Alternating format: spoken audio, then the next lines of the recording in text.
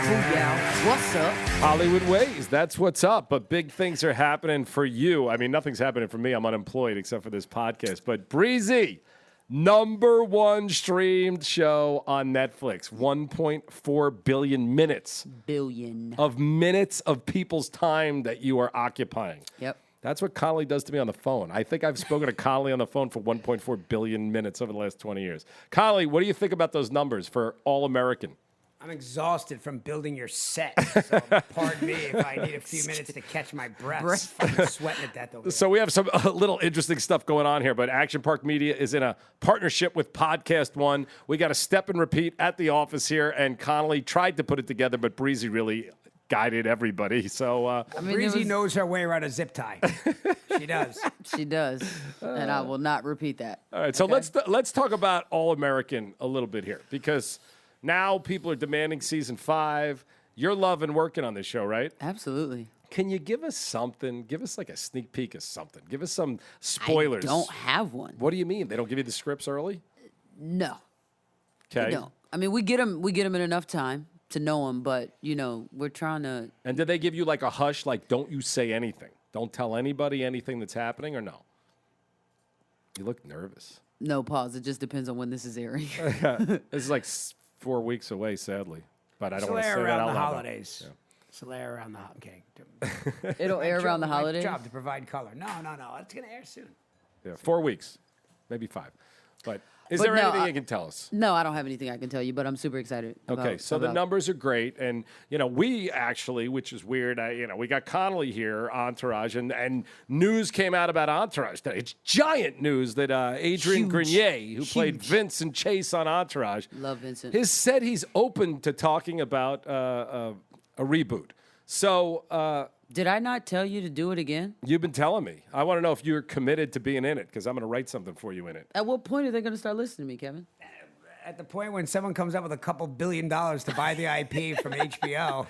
No, HBO's coming. I think everything is going. And by the way, like during the pandemic, no one knows this. Connolly doesn't even know this, but I wrote some stuff just because I was bored and like sitting around eating edibles. And I'm like, you know what? I'm going to write some stuff. So I honestly have a whole season mapped out if and when they call. But I wanted to talk to you a little bit about, you got something to say? What do you got? I just want you to do it. Are you in? Because I'm going to write I'm you in. Okay, so we got a commitment from. If I'm not in, you're out. 1 point. That's, hey, you know what? That's there will be no reboot. One thing about Doug, he'll come through on that for sure. If he says that, Doug, I can say a lot of things about Doug, but if he says you're in, you're Tell in. us some I things feel like you can say I about just me. have to hang on Doug's back to make sure that you do it every day. I'm in your ear. Do it. Or do vice it. Do versa. it. Do it. Do you know that's honestly, because I wanted to talk a little bit about this, but the process of writing, as Connolly knows, has always been anxiety-driven, awful process for me. So I've always had producers. I've had producers drive to my house and say, "I'm sitting with you while you write." So it's always been a tough process for me. But I got these characters down, and I got that. So I'm glad we got a commitment from you. And I want to talk about this whole reboot thing and what you guys think about that, because there's so much stuff coming back from Sex and the City, Full House, name some others, anybody. But what do you think about this type of stuff? Do you feel like this is unoriginal, or do you think there's something interesting about bringing back these shows that you had some nostalgia for? I think it's absolutely something that should be done. Like, come on, like we're not getting shows now that have had the same effect or gave us the same feeling. So like, why not? I think that. When shows get brought back, there's little to no involvement of the original people who did it. So there's the fuck up. But I think that if you can, let's say Entourage, for instance, if it can come back and all of you guys be in on this, then it can only be as good as it once was. Yeah, I mean, the way I look at it is like, people say it's an unoriginal idea, but great musicians, you want to hear their new albums. You want to see how they've grown. You want to see how they've changed. And I'm interested in seeing how these characters have grown up. I'm interested in seeing, Little E, seeing if he's gotten any taller over the years, like things like that, or, Turtle. No. Well, there's two kinds of reboots, right? There's the reboot, which, for example, the Sex and the City reboot. So I would be more interested to see those characters later in life. Yeah. As opposed to, rebooting, I don't know, Saved by the Bell. And this, I say this with all respect to actors. I'm happy when everybody's working, but just call it something else. Yeah. Right? But if you're going to reboot, Fuller House. Like, yeah, you want to see the original characters. You We don't joke like around, using how the great would title. it be to see a reboot of Cheers? Yeah, I mean, that would be awesome. There's so many Seinfeld. shows that I would love to see. Well, Seinfeld, Curb did kind of a reunion, a little bit of sorts, which I loved, and I loved seeing it, and I loved the nostalgia of it, so I've enjoyed all of that. Like, and maybe, I don't know, Connolly. Connolly was on a show for 5 years, by the way. He built your network. It was the WB. It's now the Yeah, I CW. remember. But Connolly built it with Unhappily Ever After. Single-handedly. What about a reboot of Unhappily Ever After, Kevin? That would cost them a pretty fucking penny, man. That would not be cheap. It'd be a lot cheaper than it'd be easier to get me on Entourage. I wanted a reboot of Martin. I really did. Yeah, I mean, Martin Lawrence is so good, so I'd love to see Martin That would in be anything. awesome. Yeah. But with Martin Lawrence, right? I mean, you don't Yeah. want to do No. like a I young think they Martin. said they weren't going to do it because of the guy Tommy that passed. Oh, really? Yeah. I'm not sure. I know there's a Wonder Years coming, but that's different. I know Fred Savage, who I love, is directing, but I don't know if the cast is involved or what they're doing with that. No, it's but a completely different cast and it's a completely different okay. family. So they The can just movie- take that concept and call it something else. I don't know why they need to call it something that it isn't. I think the movie The Wood. Do you remember that movie? With, No. Tay Diggs and. Oh, yeah. Yeah, Yeah. I think that just got their Showtime ordered it to a series. Tay now. Diggs, we got to get him on this show. That He's would already, be great. Yeah, he's on it. All right, good. So, what were the shows that you grew up on that you would love to see? I mean, what did you love when you were a kid? I mean, I'm trying to think. You're 34, so well, I'm just trying to figure out what your age is and what was on then. But like, were you Martin was definitely on, and Living Color was on. like Fresh Prince? I'm aging Prince was myself. on. Is that your year? Yeah, I mean, Fresh Prince was on. get Will Living Smith for a. You know what? It sounds ridiculous. Get Will Smith for a Fresh Prince, but Jamie thought they Foxx were is doing a doing that. sitcom. I mean, Jamie Foxx, Oscar winner's doing a sitcom on Netflix or Hulu or something. For you Fresh know? Prince? No, for I don't know what it's called. I you know? thought Fresh Prince is doing a reboot. Right, but I guess my point is, and not that it would ever happen, but the real reboot would be if you looked at not that Will Smith would do a sitcom, the guy's a giant movie star, but you want to see Will Smith as a Fresh Prince of Bel-Air. So what you don't like, Kevin, I don't want a new you Prince don't of like the Bel-Air. title being used, sucking people in a whole new cast, like Right. like Gossip Girl, which it's a good show. My daughter's watching it; she likes it, but it's totally different. But You it would know be what? great to have the old cast of Gossip Girl. Here's a good one. Here's a good one because Coming to America did their Yep. reprise of that, and it had the original characters. Did you watch it? Yes, that's what I'm talking about. You want to see the original characters. You don't. Did you like it? I liked it from a nostalgic standpoint. I didn't love it, and I didn't like it either. I I loved didn't the like first it. one so much, Yeah. and no, I didn't like it. It felt like I people didn't. were It felt kinda, a little forced. Yeah, it felt like they were just waltzing their way through things, which we would never do if we rebooted anything. But you know what? Just think about that call, though, Breezy.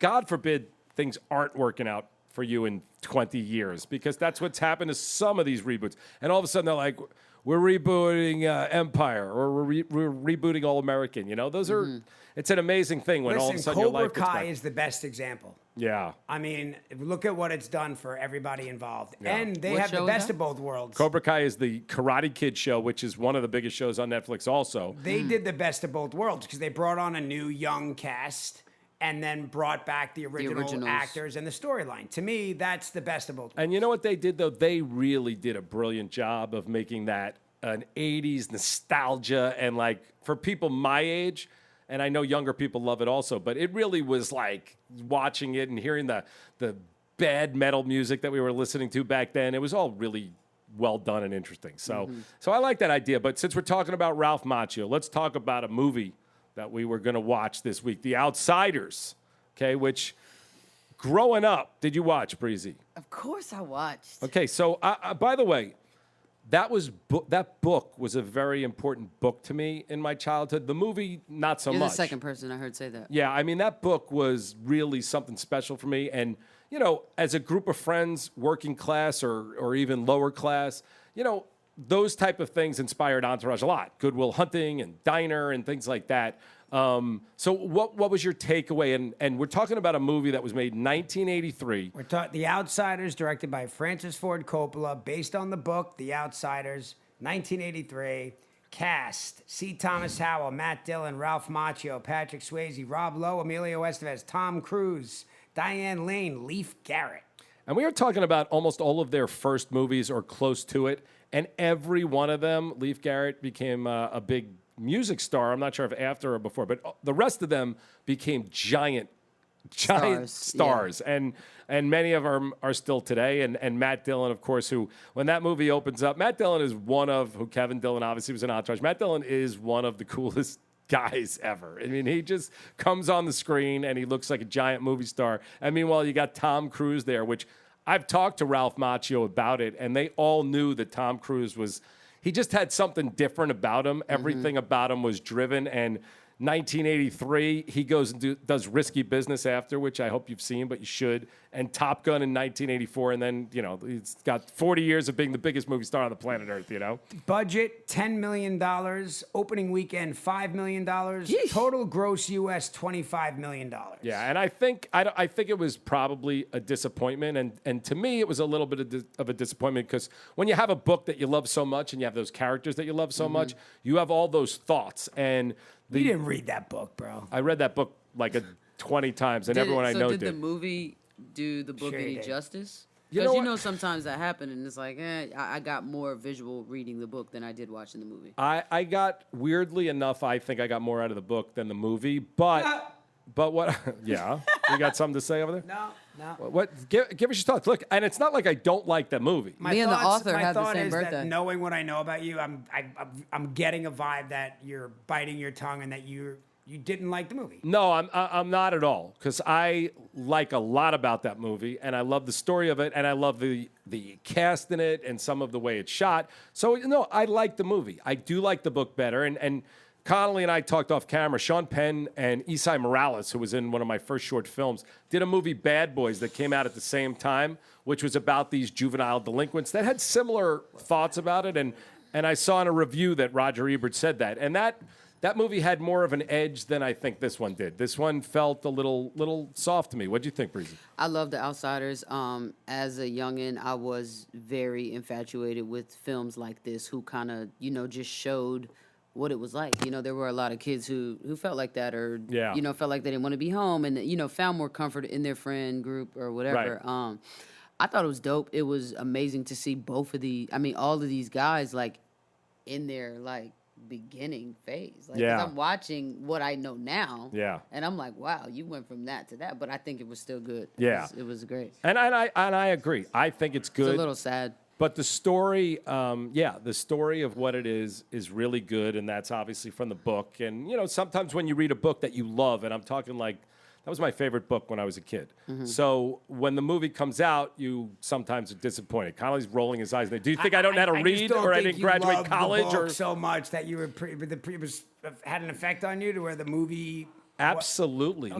Not even like a maybe. I remember when it came out, and sometimes you think, oh, maybe I'm disappointed. By the way, Goodfellas, too. I had read Wise Guy twice, and the first time I saw Goodfellas, I was like, there was so much more in the book that I wanted to see, and then you start to realize what they've done with the movie. Are you more of a reader? I used to be. Not anymore. I can 'Cause barely I've read never anymore. been. I was the person that if I got a book, I had to get the audio tape and listen to it as I Right. went because I was distracted too Yeah. much. there's the theme about, Patrick Swayze. I guess, did the parents die in a car Yep, crash? the parents died in a car crash, and and now he's got to take over as he's the got to parent. take care of them and keep them in line because... Is that considered a car crash? Well, that dream, Got hit by yeah. a fucking train. Oh, that's right. Yeah, well, a train right, crashing right. into a car, but That's right. But I mean, Murder. he's under pressure. They're on a very slippery slope. If they act out, or they will split up the family. Yeah. So Patrick Swayze's forced into this fatherhood role, but he's also the head greaser. yeah. Right. Yeah. And also, let's talk about Swayze. I mean, this is like he did one movie, I think, before this, Skate Town, USA or something. Then after this, he gets Dirty Dancing and becomes, a giant star. And Swayze's a stud in The Outside. I mean, they all are. Yeah. This is, what's He weird is. about it is this is the best looking group of like, kids you're ever going to put Greasers. together. The greasers are like Was that a real supermodels. thing? Well, this is supposed to be what, the 50s? No. Like the term greaser. Was that like a real thing wherever That's a you? good question. Were they really greasers and socias? Yeah, I mean, you know what? I don't know if that's made up in the book or not, but also they called them. Didn't they call them they called a lot of people greasers, like who kind of just didn't look like they showered, like in Greece. Is that how you the know? movie Grease? That's what I Yeah, was about that's to say. what- Is Gotta be a that had to. connection. Oh, it Gotta says be a greasers were a youth subculture that originated in the 50s among teenagers in north and southern United States. And by the way, little known fact: Patrick Swayze played Danny Zuko from Grease in a play before that, where someone saw him and they gave him some stuff. But he could have been a good Could have been a good version of not Travolta. It says greasers are one of the first type of street gangs. Yeah. So I guess, there's greasers everywhere. Like switchblades and leather jackets and Yeah. greased back hair. It said they existed before gangs were dependent on violence and drugs. Yeah, and I always, look, I like these movies. I get drawn to them. Like I said, Good Will Hunting, which is about the have-nots who don't have anything, and these rich, obnoxious kids who think they're better than them. But Diane Lane, who's also gone on to a ridiculously great career, that was my crush when I was Good a kid. casting, man. It's amazing casting, So a lot of that movie takes place in that house in Oklahoma. And little known fact, which is kind of ironic, strange to me, but remember the band House of Pain? of course. Yeah. Jump Around. Jump Around. So Danny Boy from House of Pain owns that house, and it's now a museum in Oklahoma. A museum Also- because of the movie? Yeah, it's like if you're in Oklahoma, there's probably not a ton else to do, right? Like, and you want to go to a museum, you can go to that house and do a walkthrough of the Outsiders house. Oh, wow. Which I thought was interesting. Maybe we should dope. do that. Take this podcast on the road. Go see the Outsiders. That'd be dope. PodcastOne will pay for that one. Hey, Kevin, me and the author got the same birthday. March 25th? S.E. Hinton? Oh, The I see. author of the book. Who's he talking about? Who are you talking about? No, that's the release date. Sorry.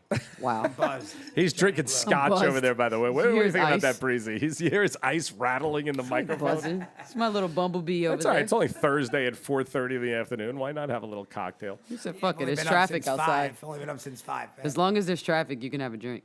So anyway, great book, good movie with just a ridiculously great cast. And again, I enjoyed it. Did the cast make the movie? Yes. I think so. God, Why? Rob Lowe, How? Emilio Because Estevez. those names meant nothing in this time.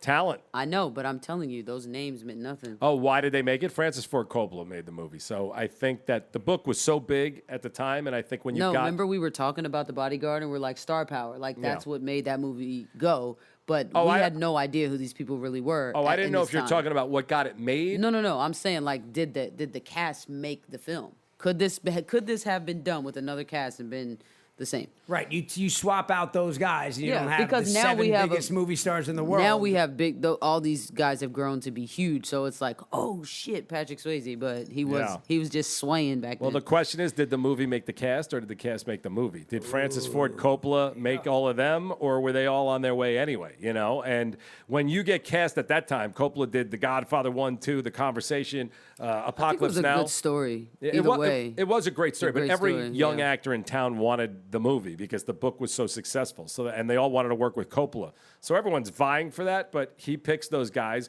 Once he picks them, then other people are all interested. But still, you have to have the talent to keep going, and especially for 30, 40 we years. should get Francis Ford on the show. We should. I got Francis, double call me. questions for him. There is something to be said. I think for the most part, most of the times when you love a book, you'll always be disappointed by the movie. Can you think of an example?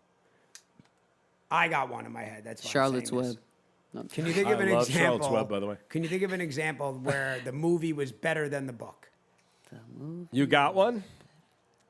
Shawshank Redemption. Now it was a short story, Yeah. but Shawshank Redemption to me is one of the greatest movies ever made, and it was like a Stephen King short. Breezy, story. have you seen it?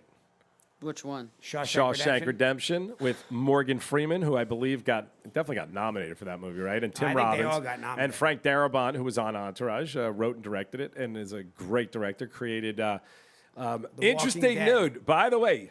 Good segue that he created The Walking Dead, and C. Thomas Howell, who is the lead of The Outsiders, he was on his way to being a giant movie star. He's in Walking Dead. Do you know that? C. Thomas Howell's in The new season? 12. Yeah. Oh, wow. And supposedly is really good. But Doug asked me a question, won't let me answer it. go ahead. What did I ask you? My answer is no. To which? Shawshank? Yes. Okay. He just went over Crazy. it. You will your heart will hurt. Or you'll be inspired. You will be moved by Shawshank Redemption. I promise you. Okay. Great film. I'm gonna watch it. Okay. I'm gonna watch it. So, Something to think about for the next one, because there's a lot to dive into there thematically as well. but it's also, something to think about these actors who have gone on to these careers, and some don't. As I said with Breezy, things are going great right now, but these ups and downs. And C. Thomas Howell was a big, big star, and What's your thought, Connolly? What is the things that people can do? Who did he play in Outsiders? He played Ponyboy. He's the lead. He's the lead of the movie, really. You know. As I was watching, I had to keep going back to see what they look like now to actually put the, because they were so young. So, yeah. I mean, C. Thomas Howell had a really good career. I mean, listen, it's called a career for a reason, right? Because so few people can keep it up that long, right? I mean, there's going to be some downtime, the next role comes along, right? Yeah, I mean, it's a tough racket, but C. Thomas Howell did a movie, interestingly enough, Breezy. I'd love to hear your take on it. It was called Soul Man. Connolly, you want to jump in on that? Yeah. Soul Man. Why does that sound? It sounds familiar. Okay, but Soul Man, which now I'm assuming people, it wasn't considered a good movie, by the way, but it was made. I mean, you'll never find that on cable So, we were talking about some things that have disappeared because they were deemed racist now or whatever it is. Like we were just talking about The Little Rascals, which I believe is gone forever. You're never going to see it. And I just watched it. Where? I want to say like Amazon Prime or something. Do you remember the guy with the red hair with the freckles? A little bit. Oh, he's on my crew at my show. So. Well, really? You watched the movie. Yeah. Right. Oh, there was a TV show. There was a TV show in the 60s that, in hindsight, was just deemed and it was just of the time, and it just was no good. But Bill Cosby, ironically. So the show was racist. Oh, yeah.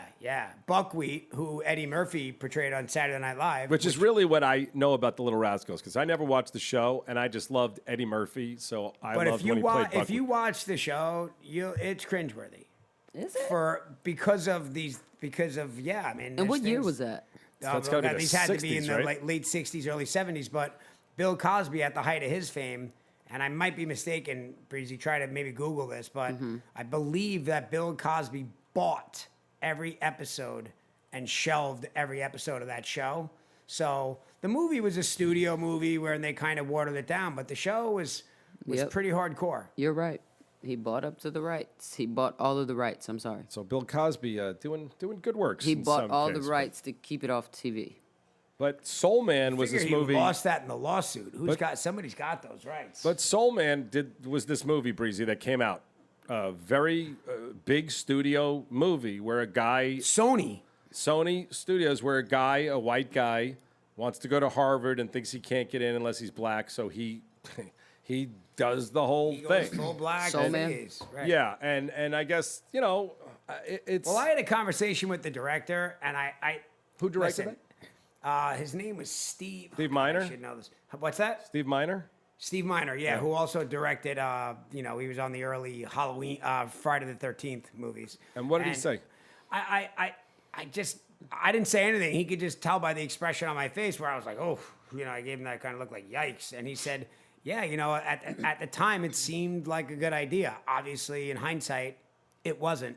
But I guess to his point, which was like, I wasn't out there making an independent movie. Like, I got hired by Sony to make the movie. So, did that hurt his career? No, because it can't really fall on him. It's not like he put his house up and made the movie with his own money. That was a studio movie, and you're a director, and you get hired, and you just do the best job that you can, right? So you can't really blame him for it. Yeah, but I guess the thing, again, and I'm not blaming anybody because at the time when it came out, I don't remember anybody saying anything about it. The same way, Breezy. I think they thought the movie stunk, though. Yes, everybody hated the movie. Stunk, but nobody, but right. Breezy, I guess the question for that I'm asking you is, like, Robert Downey Jr. was nominated for an Academy Award 5 years ago or 10 years ago. What was it? I don't remember. For Tropic 7, 8 Thunder, and he is a white guy who is playing a black man, which now I know a lot of people are offended by. I mean, do you have any thoughts on that? Like, what's your feeling on this? I don't know. Why did that happen? Did you see Tropic Thunder, Breezy?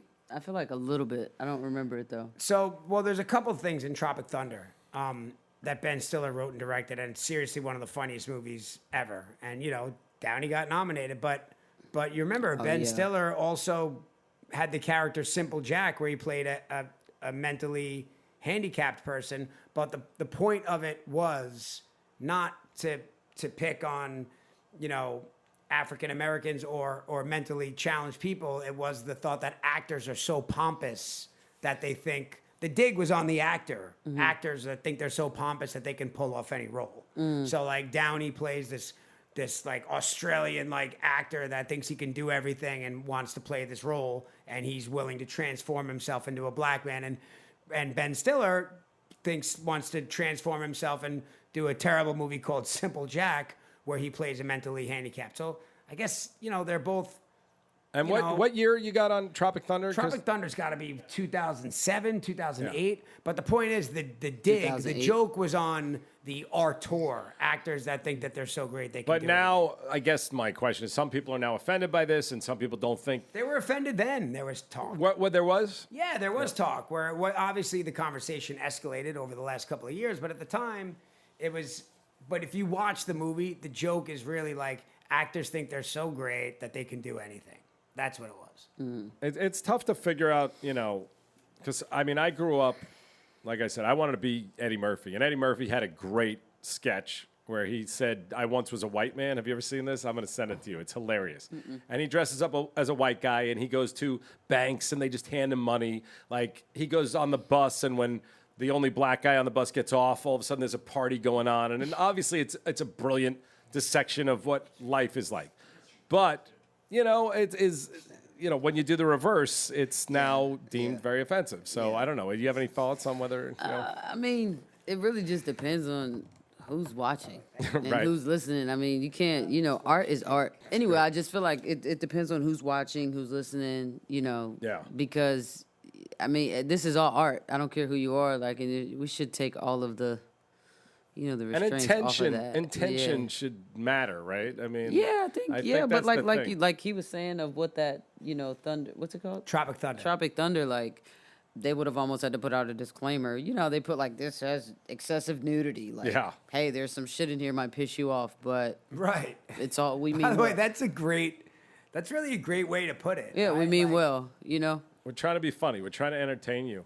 All right, so what else is going on in your Well, life? let me ask this. I hate to take this a step further. Take it. But when you look at some of the films some of the earlier films that now clearly you watch and you're like, yikes. But there was a big, a lot of people wanted to pull Gone with the Wind. Well, now they do. Yeah. Right. Why? Because they show slavery as if it wasn't as bad as it was. Or it just was what it was, You know? right? It was, yeah, and it's Gone with the Wind was considered for many years one of the great movies of all So time. they depicted slavery a little too lightly? Not, They did. Yeah. They that- I did. mean, is that 100%. That's exactly what it is. I mean, it's, and right. But what does that mean? Like what? It's just when you watch it, and you kind of have to watch. And in fairness to the critics of the movie, right? It is, but the point is that it was made at a time. It just is a product of the time, right? So it's kind of like Birth of a Nation. It's a 3-hour and 14-minute silent film. My niece was the baby in that movie. In Birth of a Nation. She was the newborn. Oh, in the new one. Yeah. Oh, sorry. I Yeah, forgot. the You guys keep presentation was going. like You guys keep going 1915. It was a fucking far silent. back. It's a silent film. we like film history, but If you watch it, it's cringeworthy, but it was like 100 years ago. 105 years ago. So I'm listen. No, I get it. I'm It was just it was a saying- product of the time when a bunch of white people ran the studio and were able to do whatever they wanted. So I'm just saying people will like. We'll have to listen to this one back. No, I there's You don't want to things- talk about Gone with the Wind. No, it's not that I want to talk about it, but we definitely want to say, the depiction of slavery was Yeah, we did ridiculous. say that. Yeah, yeah. Not that it was a product of the time. It was a product of white people going, you know what, this is how we're going to write it, and this is how we're going to do it. You know what I mean? So, it was never... She won an Oscar. I'm just saying I don't think... Did you know that, though? Yeah. She's the first African-American to win an Oscar. Yeah, I know that. She was like the housekeeper that was treated... Right? I mean, I don't know. It's not- But all I'm saying is there's a difference between going, this is film history, and, it was look, it's like the media now. There were certain people who got to decide what things would be on and who was going to direct and what they would look like and yada, yada, yada. So that's a little different to me than, now, which I have no idea. Like, I don't want to have a conversation, but I have no idea if 30 years ago a white person could not do blackface or not. But I know that Billy Crystal was doing Sammy Davis Jr. on Saturday Night Live, and I don't remember the uproar. Now, it might have been there or not. I don't have the answer to that, but I don't know. I don't really want to. Breezy. What? What's going on? Tell me, you got school stuff going on with the kids? School, being a mommy. What happened at school? Kid shit. Like what? What's Son kid comes shit? home today and he's like, his mom's like, tell Breezy what happened. I'm like, what happened? He's like, this kid, he grabbed my butt today. How I say, old? he grabbed your butt. He's 10 years old. Okay. He's like, they were lining up to go outside for their after school program where they just spend time outside on monkey bars and shit. And he's like, the kid grabs his butt and told him, he said, don't touch me. And the kid's like, oh, this is a sign of respect.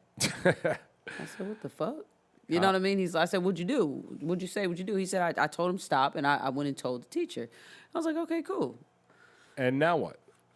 Does the teacher call you? What happens next? I Nobody's don't know called what goes yet. on. What happens next is if this kid touches my kid inappropriately again, I have given him full right to do whatever he needs to do. And As a young man. Like kick his ass. I mean, yeah, you don't grab anyone's genitals or anywhere close to it. And I think especially as a man, anything that comes remotely close to that area, Right. it's like a sensor that goes off. And a 9-year-old doing that. That's. And then you grabbed him from behind. Right. And I said, show me what he did. He literally put his hand on his butt. It was very like. I like that he thinks that's a sign of respect. That's a weird, like, where did he get that from? I wonder who's teaching him that. I don't know, but one thing we're not going to do is we're not going to normalize that. No, that's We're no not. good. Why don't we put that kid, like, in the milk crate challenge as a punishment? Have you seen this shit that's going on? Have you seen it? I mean, I just saw it. You showed me, but I mean. I've been seeing it. I've been watching it. Everybody's doing it. And the thing is, they're doing it for money. So they're doing it in front of crowds of people. Everybody's putting out, let's say, 5-10 books. And it's like, oh, let's see who can get up and over the top. And are down people this getting thing. really hurt? Because I saw a couple of falls you showed me. Yeah, some shit just happened in New Orleans, and this kid was doing it. Someone drove by and did a drive-by shooting and killed everybody in the thing. It was like 3 people.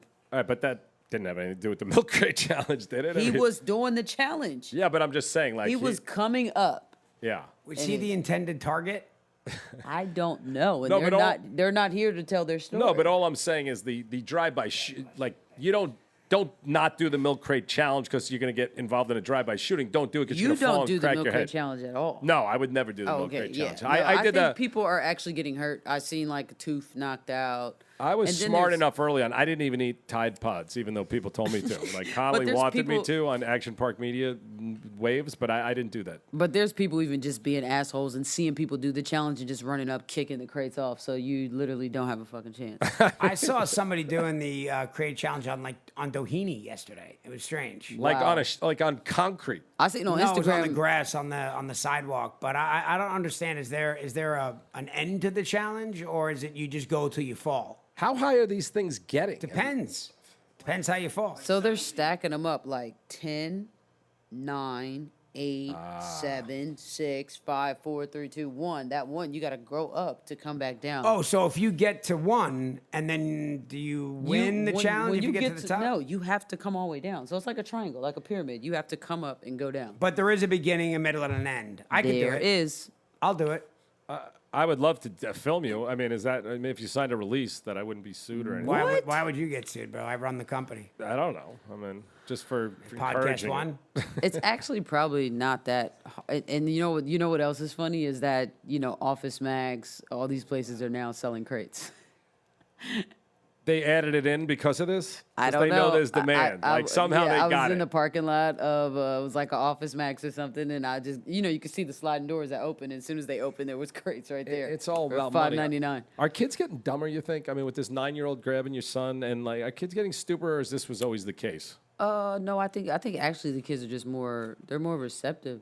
Yeah. They're much more spongy than we were, and like we absorbed a lot growing up, my generation, your generation. But now it's just like they're absorbing freaky shit now. Yeah. Things that you honestly I wasn't thinking about at that age. I'm not thinking about grabbing nobody or.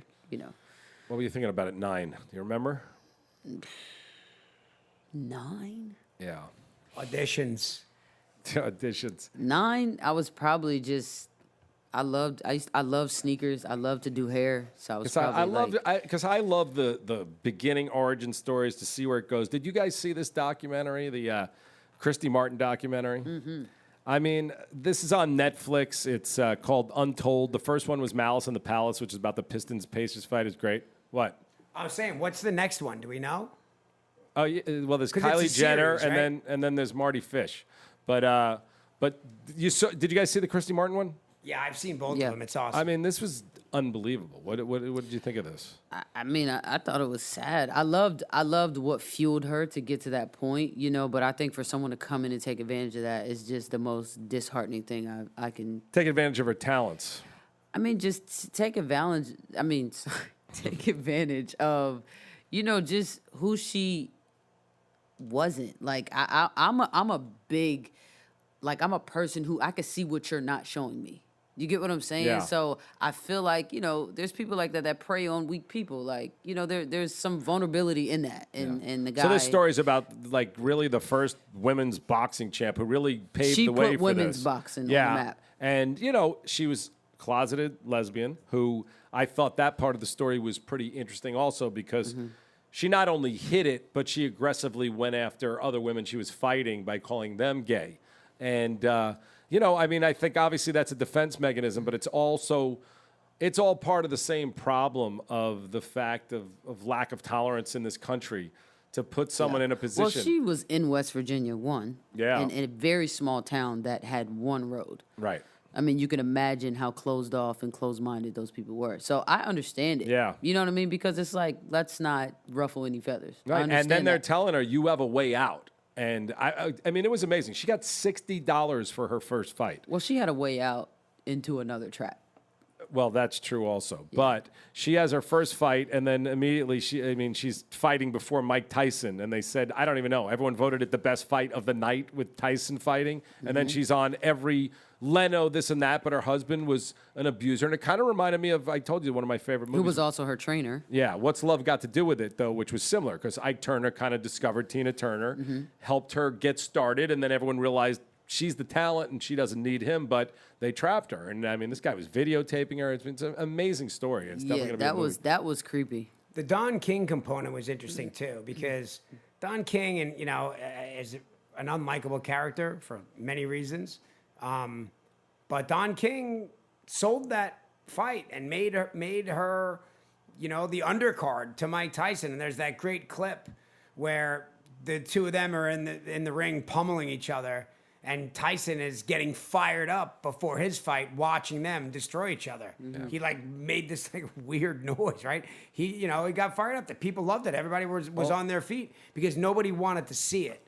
And then when they watched these two women with the hearts of lions stand there and trade blows and just absolutely destroy each other, it moved people, and that led to the Ronda Rouseys, and that she really was. Christy Martin was a catalyst for all that. Absolutely. Yeah. And by the way, she looks great. Yeah. She now, does. right? She does. looks better now than she's ever did. looked. Yeah. And her shithead husband looks like shit, who's just sitting there He's missing teeth. He's got no remorse whatsoever. I mean, and Connolly does a bunch of true crime podcasts, so he likes to go into details about it. But the guy pleaded self-defense. He stabbed her 5 times, I think, and shot her. Yeah. But I'm going to ask you a question. There was a part in there that it was a very small part, but it was just like, I'm going to ask you guys as fathers. Her dad, Christy had voiced to the parents that something was going on. Yeah. You know what I mean? And that whatever shit wasn't right in the house. And the dad was like, you live your own life. There's nothing I can do. Yeah. Like, but then in the end, you think he regretted that? Or would you have done something different? I mean, he said he'd kill him now. Right, but in that moment, would you have tried to help your child? We all like to say we would do all of the right things. I like to think I'd do anything for my children on earth. Mm-hmm. But I think, sort of like you said, he saw this girl from this 500-person town who he did not necessarily accept that she was gay when it was happening. Mm-hmm. And then all of a sudden, she's becoming this international superstar. Yeah. And maybe he got caught up in it, not realizing the extent of what was going on. I don't know, but I would like to think that I'd somehow get my daughter out of there. But once you're dealing with adults, that's not an easy thing. I think we've all seen people in bad relationships, friends or whatever, that it's hard to get them out of. You think she crossed the line by kissing him? Because she said that's what started it. She won the fight, hugged him, and then she just kissed him. I don't know. I mean, did she have a thing? But either way, It was just in the moment. Should have took that serious. He But took that shit and went to the bank. But it doesn't lead to a lifetime of I own you, control you, Right, videotape yeah, everything right. you do, Yeah. and and he sat there in that jailhouse interview just going like He was unfazed. Yeah, he was like I made her, and He cried a little bit. What do you think Yeah. that was about? that he's in jail. I mean, he's just 23-hour lockdown. he's just a piece of trash, and similar to, like I said, Ike Turner. Both of those movies, they really moved me in watching these people. Why does Connolly keep laughing at me? What's happening? I guess my question is, and I don't know this, but you do have to look at the father-daughter relationship, right? Like, Yeah. he was much older than her, so He it was does, older than her father. right. So it does beg the question. And it That's sounds sick. like a cliche, but are we looking at a daddy issue thing?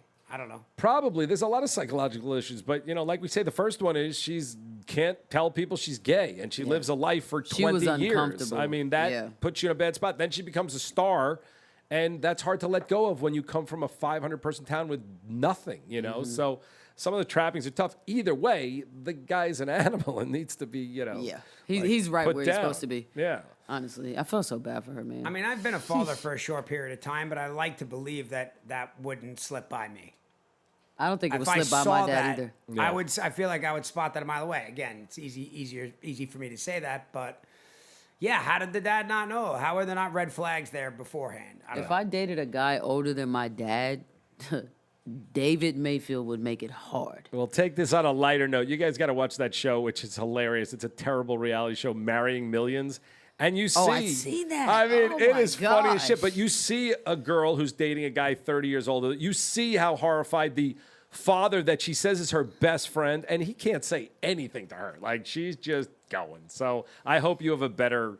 What do you deal think with your about daughter. that? This is a weird question, but let's say a 70-year-old dating a 18-year-old. Like, is that That's disgusting. I mean, is it strange? So, Kevin, is it? I mean, is that even real? oh yeah. Yes, it's real. I don't know about 18, although it probably that I is, mean, but- I say 18 because it's legal, but in comparison to 70, Yeah. it's very much a child. I mean, I don't know what the age range that becomes ridiculous, and as as I get older, it's tougher to say, but It's less ridiculous when the girl is older, right? Whoa, so why? I'm saying if you're a 30-year-old woman and you choose to date a 60-year-old man, that it is what it is. If you're 19 and you're dating a 50-year-old, it's different. It's wait, a little I bit more didn't- taking advantage. I didn't follow you. Are you saying? I'm saying that if a 30-year-old woman has made a decision that she's fallen in love with a 60-year-old man, then that's her business. 30's different. Oh That's yeah, what I'm saying. I thought you were saying the older woman and younger man is different. No, but you're I'm just saying talking about the age. if you're a 30-year-old woman and you want to date a 65-year-old man, that's just whatever. That's just what it is. Yeah. But Right. if you're a 55-year-old man and an 18-year-old girl, that's off. Yeah, That's what I was. That's what. That yeah, was I the think question. both are off. But I guess the question is when parentally can you have any impact on them? I feel And like it's- if you're at the age of 30, I'm assuming that you know the decisions you're making now. I'm Yeah. not saying you don't know at 18, but you really still don't know. You know what I mean? Right. Like, Once I you're could- 30, what are you going to say? Right? Like at 24 even, you could be like, sweetheart. you everything cannot I did date before this like guy." 23, throw it in the trash. yeah. You get what I'm saying? Because we Totally. were just doing shit to do it Yeah. and killing time, and. But I still, you guys are going to find out as your kids get older, and you're going to try to like guide them, and sometimes they just don't listen to you, and they Yeah. just don't care what you have to say, and there's limits to what you can do. I mean, Yeah. there really are, and it does become frustrating. And I have great kids, but hopefully, your son, like you said, you're teaching him already. 9 years old, go into school and handle your business. We'll find out what he does. And I think I have to handle him like that because he's being raised by two women. Yeah. We're not men, so I don't know what you would say to your son in that, but I'm just like, as a young man, I want you to be very comfortable in defending yourself. Whatever the teacher has to say, I'll deal with her when she calls. And I want to talk to you a little bit about that because I'm working on the show with Kate Sowers, who's the first woman coach in the Super Bowl, coach for the 49ers. We got a show idea that we're working on. And similar to Christy Martin's experiences of, you were never closeted. You never had to deal with that in Never. That's amazing. No, I've in always been- Philadelphia in a working class area, like nobody gave you a hard time. Never. Why do you think that is? I had one incident that was very like, I don't know, it was a little, it was like what's the word I'm looking for? Whatever. Anyway, I was working in this hair salon, and the lady asked me to put on lip gloss or wear makeup to work, and I said, I'm not. I don't wear makeup. I don't wear lip gloss. I got chapstick. Like, I'm cool with that, and I would not wear lip gloss, and she fired me. So I think that was her little indirect way of saying, like, Can we go back at her now? What can we do? Can we exact some revenge or something? yeah, fuck her. You've made it well. Yeah, so. she'll be fine. And She's watching you. she was in a bad spot then. She had tried to kill her husband, and she was like out on parole. Right. Little tiny little white lady. I was like, you tried to kill your husband. She was telling the whole plot to her best friend or something, and the best friend was wired. She ordered something from another. Sounds like a podcast for Connolly. She ordered. We're working on a podcast called "I Wore a Wire." Oh my gosh, she ordered something that could be mistaken as parsley, Right. and like sprinkled it on his food and was like he was gonna eat it and die. But There's a lot of fucked up people out there. There is, So, but luckily I have not had to deal with that. that's amazing, though. What do you think it is? Did you go to an artistic school, or you were at a No, regular I went to public high regular school? Public school. I mean, that's crazy. Regular public school. I don't know. I think, where I'm from, it's more about who you are, and I've always been who I am. So I'm cool. I'm likable. Personality was cool. I was funny as hell. I was cute. The girls like me. The guys like me. It was kind of like, okay, there was a lot that you could hate on, but people didn't do that. Yeah. So I never had to deal with that. Never dealt with fights or getting beat up or none of that. Well, I like it. What about Blessed. you, Connolly? You ever get blasted in high school? I dealt with a 'cause bunch of shit. Didn't you get thrown in the locker? I got thrown in the locker. I mean, listen, I was pretty cool in high school, but I had some people that wanted to kill me, and I was not a particularly big guy in high school. I had some lunatics that were after me for various But weird you did reasons. look like Val Kilmer, so you had that going. Oh, I mean, my no one's going to God. know what you're talking about. I mean, like, we're in a different show. We're like, I got stuffed in a locker in the Beverly Hillbillies. Whoa! But that was me that- acting. I would have lit that dude up. Can I tell I you would've lit that something? dude up. That is literally my favorite movie. Really? Yeah, next to Fat Beach. You got to see Shawshank Redemption. I can't wait to see your top 100 list for Breezy. Maybe we'll Jeffro? get into that next week. Breezy's top Jethro? 100 list. What's his name? Jethro. Jethro, yeah. He's my favorite character. Really? You were messing with that lady with the little bob, right? Yeah, Erica Laniak, yes. So she was special. Did you She was date her? special. No, in the movie. She was beautiful, though. Well, Well, Connolly dated some of his co-stars. How about Yeah, you? but I Have was you ever very gotten involved in immature. that? No. Connolly has. Connolly's dated his Have you? I don't have a co-star. I never acted. But no, I Guys, was, isn't that an acting job? But It's I'm in a like, who's he relationship. dating? I'm in a relationship. I kind of respect everybody's boundaries, and I hope nobody tries that shit with me. what, No, it's stuffing you in a a- locker or having a relationship? Neither. Yeah, you got to. It's messy, but it happens. A lot of times you're on location, you're in strange places, far away, and, Lonely. Set feelings. set feelings, right? Is that what it's called? Yeah. Set Well, feelings. I don't know if Wow. we made that up or that's a common We kind of made it up, but you can. If you did, that's a good way to put it. Yeah. If you're in Romania and Like you're I for have a 4 months girlfriend on All shooting a American, movie, and we're not at all. right. We're not like I know her. I really Fiance, do. I she knows honestly mine. mean this. I think times are so different now that it is so freaking frowned upon. I'm not saying it doesn't happen, but people come to work highly aware of don't cross boundaries. I Mm-hmm. don't think that existed 20 years ago. And I'm not talking about assault. I'm talking about relationships. They used to happen all the time. They may still. Connolly knows better than me. I don't really work. Well, I'm kind listen, of in the podcast. so- Has Zula- Conley ever had relations in his trailers? Listen, No, I Zulai- didn't mean that. Conley had a Listen, serious relationship with a co-star. Zulai, my girl, my baby mama, she's my entire world. We met on a set, but nothing happened. We punted it till L.A. I was like, listen, I'm gonna shoot my shot. No, seriously, I'm gonna shoot I'm my sure shot. she had to now. fight those desires off. I mean, Well, yeah, obviously Where'd you she meet liked her me, at? bro. We're still together. I We think had you a baby wore it together. down, but yeah. But my point is that nowadays, it was at a time now where I was like, okay, well, you don't do anything on set in L.A. when the dust settles and everybody's back home. You take your shot then, and you say, hey, you want to get dinner or whatever. But no, like on set, it's just Smooth, It's just Conley, messy. smooth. Did you guys just work together on set, or were you like paired? Like No, I directed. intimate? I directed her, and there was clearly like a little chemistry, but you don't move on it. You wait, and when you get back to LA, if you realize that it's not set feelings, Yeah. then you say, hey, you want to get a bite to eat? Which is kind of what I did. what a line. I've had people try to create some set feelings, but no. Well, I like that you held it off. So, well, anyway, It was interesting conversation. Well, let's talk and about the next movie. So I think, and just so everyone knows out there, we're gonna figure out what this show is. Are we gonna break down movies every week? Are we gonna talk about our life? We're gonna find it with the crowd, do some call-ins, and give some people advice on some of our stuff. But what do you think about? Unless you got something you want to watch, what do you think about Shawshank? Morgan Freeman, Tim Robbins, genius I'll definitely, movie. yeah. I mean, I know the film, so Yeah. I'll definitely I'd be shocked revisit if it. Breezy wasn't blown away by Shawshank. I think she'll love it. Honestly, you know what, guys, and I hate to sound so ignorant. I've never been a TV or a movie person. Yeah. I never liked sitting in front of a freaking screen. You like doing stuff. I do. You're I'm active. very active. Like at the age you were watching movies and shit, I was like somewhere trying to download everything illegally on Napster.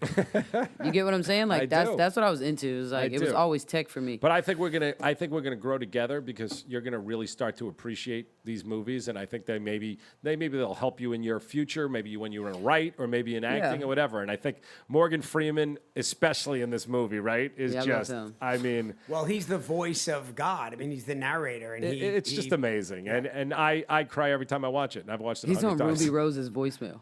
He's on Ruby Rose's Morgan voicemail? Freeman, yeah. That's her voicemail? Yeah, it's him. They did a film together. Yeah. Really? Oh, I gotta hear that. Oh, I'll he call must her. get that a lot. That's, Hi, yeah, you've reached Breezy. that's awesome. All right, so we're gonna watch. Shawshank- Kevin, I'm putting you on my voicemail. I'll do your voicemail. He's got that. Shawshank. He's got that face. Anyway, so we'll be back. Shawshank Redemption. Check Yes. it out, and we'll come talk about it. But Hollywood in closing, Wayz. Doug, before we Wayz. sign off, will you admit that you didn't love The Outsiders? Oh, I definitely didn't love it. I didn't love it when it came out. I didn't love it last night when I watched it. But I appreciate it, and B, still love the book and love the performances in it, and every one of them. And appreciate the stardom that was born. Yeah, I appreciate all of it, and it's not. I don't hate that movie at all. I just, like I said, Bad Boys, Sean Penn, Esai Morales. It's got similar themes, and it's a movie I enjoyed more. But that's me. So I'm we'll doing be back. Shawshank Redemption and Malice in the Palace. I love it. I'm doing both of those. Up next. All right, we'll be back.